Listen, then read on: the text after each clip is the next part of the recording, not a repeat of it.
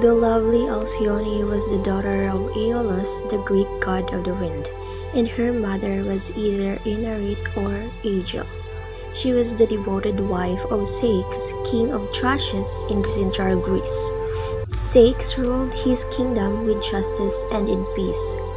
Alcyone and Ceyx were admired by gods and mortals alike for their great physical beauty as well as the profound love they had for each other.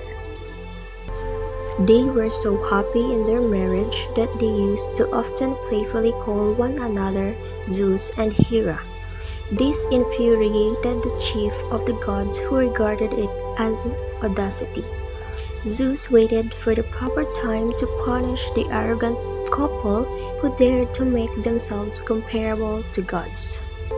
Ceyx was still in mourning over his brother's death and deeply troubled over some ominous signs that had observed. So, he decided to consult the oracle of Apollo at Carlos in Ionia, western Anatolia.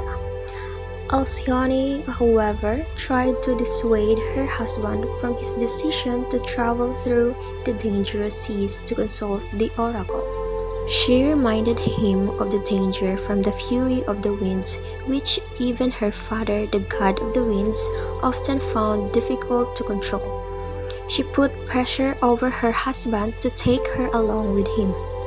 But Ceyx wouldn't put his beloved wife through unnecessary danger. Alcyone watched with a bad feeling as the ship carrying her husband was getting away from the harbor. Zeus, the chief of God, decided this was an opportune time to punish the couple for their sacrilege. He launched a thunderbolt that raised a furious hurricane, engulfing the ship, which began to sink.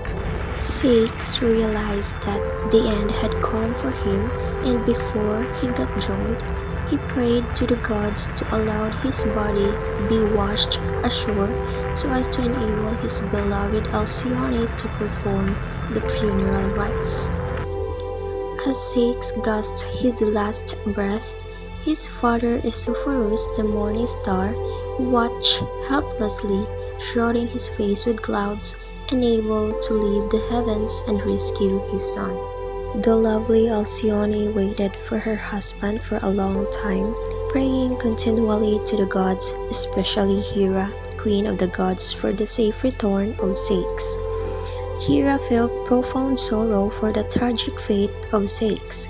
She sent her messenger Iris, goddess of the rainbow, to look for Hypnos, the god of sleep and comforter of the afflicted, to whom was assigned the mission of gently informing Alcyone about the death of her husband. Hypnos, in his turn, entrusted the mission to his son Morpheus, an expert in forming apparitions. Morpheus created a laugh-like spectre of Ceyx, which revealed to Alcyone the tragic circumstances concerning the shipwreck and death of her husband. In profound grief, Alcyone ran to the seashore, beating her breasts and tearing her garments. She suddenly beheld the body of a man that had been washed ashore. Coming closer, she realized it was the body of her beloved Ceyx. After performing the last rites and unable to continue living without her husband, Alcyone threw herself in the sea and got drowned, determined to join her husband in the land of the dead.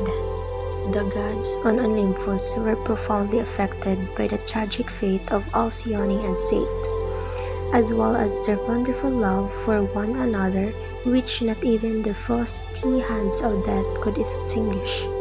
In order to atone for his rash action that was responsible for this tragedy, Zeus transformed the couple into the Halcyon birds. The story of Alcyone and Ceyx is very touching and portrays the love that triumphs over tragedy. This young couple was so much in love that neither the gods nor death could set them apart. Alcyone followed her husband to the other life and did so with her free will. From this myth also derived a well-known phrase, the Halcyon days. The phrase Halcyon Days owes its origin to this beautiful myth of Alcyone and Ceyx. According to the legend, for 2 weeks every January, Aeolus, father of Alcyone, calms down the winds and the waves so that Alcyone, in the form of a kingfisher bird, can safely make her nest on the beach and lay her eggs. Hence, the term Halcyon Days comes to signify a period of great peace and calm.